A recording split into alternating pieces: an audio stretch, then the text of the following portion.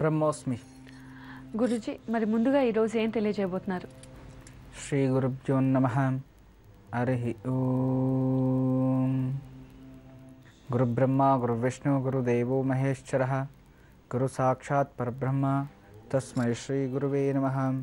గురువే సర్వలోకానాం విషజే భవరోగిణాం నిదయే సర్వవిద్యానాం దక్షిణామూర్తయే నమః. యా దేవీ సర్వభూతేషు శక్తిరూపేణ సంస్థితా నమస్తస్యై నమస్తస్యై నమస్తస్యై నమో నమః. హరి ఓం. ఆదిశేషాయ నమస్తుభ్యం అనంతఫలదాయకం నమో అస్తు పద్మనాభాయ నాఘానాం పతయే నమః. రామాయ రామభద్రాయ రామచంద్రాయ వేదసే రఘునాథాయ నాథాయ సీతాయ పతయే నమః. సర్వగురుభ్యో మహాజనభ్యో సర్వే జనభ్యో నమో నమః. ఈరోజు మీకు చాలా విచారాలు తెలియచేయాలనుకునే వచ్చాను. మొదటిగా దీపాలు 3 ఇంచుల్లోనే ఉంది, ఇంకా 4 ఇంచులు ఉంది, 5 ఇంచులు ఉంది, 6, 7, 8, 9, 10, 11, 12 అది తెలియచేయాలి. అయితే విచారాలు రోజు రోజుకి మనం తెలుసుకోవాల్సినవి చాలా వస్తూనే ఉంటాయి. సరే, దీపస్తంభాలు త్వరగా ముగిచ్చేసి వేరేది ఏదైనా తీసుకుందామంటేనా దానికి టైం సరిపోతలేదు. అందుకే ఒకరోజు ఇది, ఇంకొక రోజు ఇది, ఇంకొక రోజు ఇలా చెప్తూ ఉంటాను. అయితే నిన్నటి ఎపిసోడ్లో ఒక విచారం తెలియచేశాను. ఒక నాస్తికుడు ఆస్తికుడు అనేది ఏం లేదు. అతను ఒక సాధారణ మనిషి, బుద్ధిజీవి, తనకు తాను బుద్ధిజీవి. పిల్లల ఫోర్స్ వల్ల కాశీకి వెళ్ళాడు. అతడికి విన్నారు.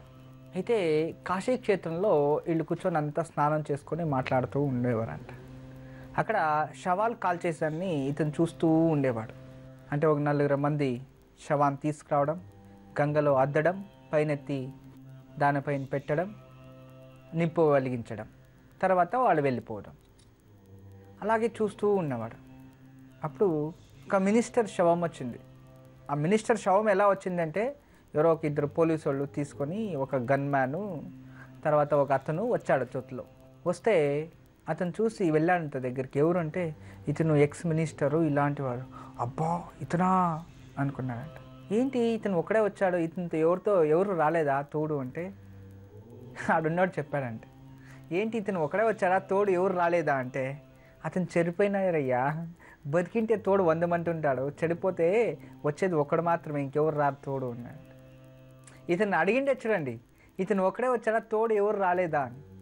అంటే శవం ఒకటే వచ్చారు, అతలో వచ్చారు, కానీ తోడు ఇంకెవరు రావాలి కదా. మనం పల్లెల్లో ఒకరు చచ్చిపోతే వెనకింటి 100 మంది నడుచుకుంటూ వెళ్తాము. అలా వస్తాడేమో మినిస్టర్ అయితే ఉండాలి కదా, ఓదు పేరు డబ్బులు ఎంతోమంది రావాలి. ఒకటే శవం మాత్రం వచ్చింది, శవానికి ఒకరు, దానికి ఆ ఒక వచ్చిన వానికి సెక్యూరిటీ ఒక తీసుకువచ్చాడు. ఎందుకంటే తండ్రి మినిస్టర్ అంటే కొడుక్కి ఆ స్తోభ ఉంటుంది కదా, ఇతను ఏదో ఒక జాబ్లో ఉంటాడు, మినిస్టర్ అయి ఉంటాడు. దాన్ని చూసి అప్పుడు అతను చెప్పాడంట, అంటే ఏంటో ఒకడే వచ్చాడు, ఏంటి ఇత ఎవరు రాలేదా అంటే చావుకు పోయేటప్పుడు ఒకడైనా ఆయన వెళ్తారు, తోడు ఎవరు రారు అని ఒక అతను చెప్పాడంట. దాన్ని వినిన తర్వాత అతను జీవితంలో ఆ మార్గం, ఆ క్షణం ఎలా ఉందంటే, ఇన్ని కోట్లకు బతికాడు కదా అతను, ఇన్ని వేల లక్షలు కోట్లు అతనితో ఉన్నాయి, ఇంత పేరు, ఇంత ప్రతిష్ట, హోదా, జనాలు, అతను బిల్డప్, అతని ఇల్లు, కార్లు, ఎలా బతికినవాడు. లాస్ట్కి ఇక్కడ దహనం చేస్తున్నారు శవాన్ని నదీ తీరంలో. ఇంతంతా బతికి ఇతను వచ్చి ఇంతేనా జీవితం అంటే అని అతనికి ఆలోచన పడిపోయింది మనసులో. అది ఒక్కటే అతను చూసింది, వేరే ఇంకేం చూడలేదు జీవితంలో. అప్పుడే ఆ క్షణాల్లోనే అతనిలో మార్పు వచ్చేసింది. అంటే ప్రతి ఒక్క మనిషి కూడా వాళ్ళ ఆఖరి జీవితం ఎలా ఉంటుంది అని ఊహించుకొనేస్తే ఇక వాడు మంచివాడు అయిపోయాడు. ఇక అతను ఎవరు చెప్పే పని లేదు, నువ్వు ఇలా చేయి, ఇలా ఉండు, అది ఇది అలాంటివి ఏం అవసరమే అస్సలు ఉండవు. అతను ఏమనుకున్నాడు, నా పిల్లలు, నా వైఫ్, నేను జీవితంలో ఒక్కరికి దాన ధర్మం చేయలేదు,